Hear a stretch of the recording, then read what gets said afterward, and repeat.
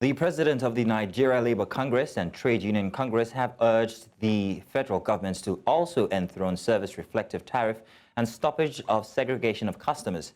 Joe and Festus Osifo made this known on Wednesday while presenting a joint address at the May Day celebration in Abuja. In the 18-item demands presented by the Labour leaders, they said electricity privatization exercise in the country should be reviewed with the view of a reversal. They added that they want the governments to immediately roll out the CNG buses nationwide as agreed. To discuss this, I'm joined by legal practitioner. To reverse the last increase in electricity tariff within the next 1 week. Public service needs to review the contributory pension scheme.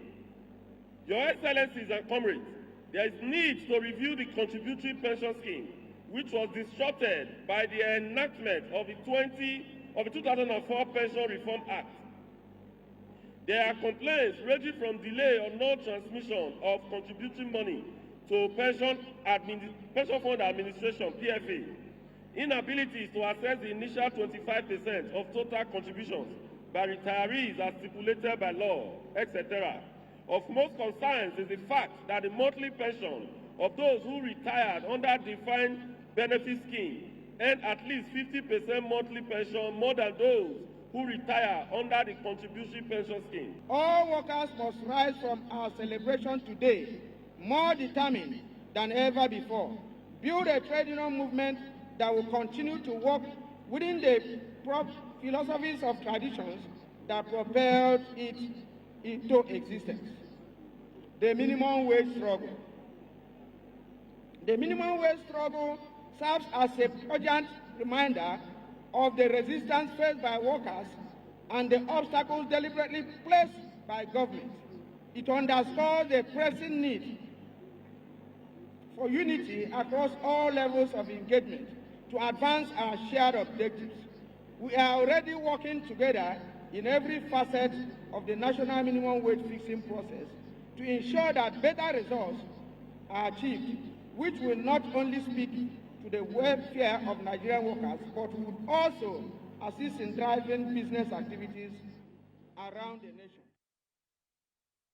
Now, to discuss this, I'm joined by legal practitioner and public affairs analyst Tunji Abdulhameed. Tunji, good morning. Good to have you here. Good morning, and thank you for having me. All right. So we've listened to Festus Osifo and also Joe, but I want to ask you now, how does the current level of electricity generation capacity and reliability compare to the promised service level? I'm talking about the 20-hour daily, which was promised to Band A customers. I think if we have to tell ourselves the truth, these schools they've not shown the capacity, that they have the capacity to deliver the 20 hours they promised Nigerians in terms of Band A. For me, I don't even think we need any classification regarding Band A. All Nigerians requires electricity. They need electricity supply. It's an essential commodity which must be given to every Nigerian. So if you are classifying anybody as Band A, and therefore those are the people that you can guarantee 20 hours light, you are discriminating even against those people called Band A and the entire Nigeria as a whole. So what the government should be doing, what the school should be doing, is to ensure that, look, they supply electricity to all Nigerians. They make available electricity in Nigeria. But as this, they've not done enough. We are still doing the same thing the same way, and we're expecting a different result. We have not shown the capacity that we can store this generate and store this electricity and even distribute. So those are areas we need to raise concern about.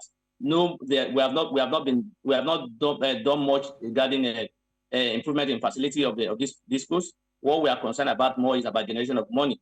In fact, as far as the minister, since the minister came into office, he has only been talking about increase in tariff. He has not even done anything to say, look, put the disco under pressure and say, look, improve on your facilities, improve on this and that, so that we'll be able to have enough confidence that this facility will be able to take whatever that is coming into them. But that's not the case as it is today. What we are seeing is that the government is concerned about tariff increment, which I consider as insensitive at this time of the day, because Nigerians are going through a lot of hardship today. And if anybody is increasing any tariff, it's increasing the hardship on the Nigerian society. and which is unfair on us. So I hear what you're saying about Nigerians and the hardship that they're going through. You also use the word there regarding discrimination, whether band A, band B. But what are the potential impacts on businesses now? Is there any particular, perhaps maybe impacts that they have regarding small businesses and also medium businesses, medium enterprises? Yeah, that's one of the major impacts of that classification as well. Where the government is concerned about those who can pay, that in quotes, those that are classified as band A, they consider them as having the capacity to pay.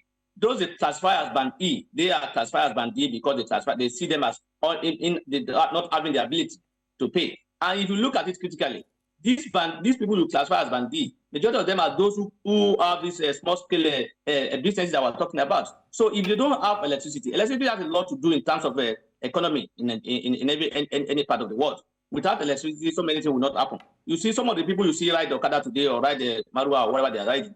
Some of them, they have their vocational businesses. They have their barbers in them, they are tailor, they need this electricity because they don't have this electricity. They have to look for another alternative. So the small scale businesses are suffering because of lack of this electricity. And the government is not even concerned about that. The government is only concerned about the people who are seen as worthy and who can pay for the supply of electricity. So in other words, the government is concerned about generation of money rather than availability of electricity. And that in that regard, our economy will suffer more because small scale industry will not have the required supply to do their businesses. And in that regard, it will reduce the impact that they will have positively on our economy. So it has a lot of impact on our economy because people will not be able to do their businesses as required by them or as demanded by as desired by them.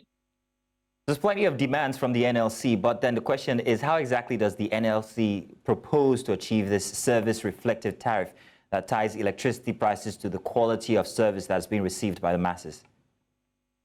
Let me first of all say that, look, in Nigeria, generally, we take everything from the government.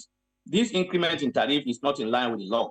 The process of increasing tariff has not been followed at all. Section 116 of Section 2AE of the Electricity Act of 2023 require that, look, for you to increase a tariff, for any disco to increase tariff, they must make a request give a notice to the NEC.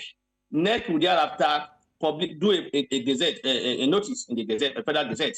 And after that notice is done, there will be a public hearing. And that is at the end of that public hearing is when they now determine whether or not this increment will happen or it not happen. But that's not the case in this circumstance. So as for firstly, let's just put it straight that this tariff increment is not the due processes were not followed, and therefore is contrary to the provision of the law, and it's not stand. And I've seen so many people threatening to go to court. The NBA have done that, have threatened to go to court. An SCN, I think, is already in court. The Labour are also threatening to go to court. I think we need to challenge this hike in tariff. It is not even necessary at this time of the day that we are in this country. This country today, there's a lot of hardship. So for me, the Labour can pursue it by ensuring that, look, they take a legal route of going to court, or they can even do a protest in that regard, or even when it is down to, and then they call people to go on strike for that. Well, thank you very much, Tunji Abdulhameed. Good to have you here on the show. Thank you.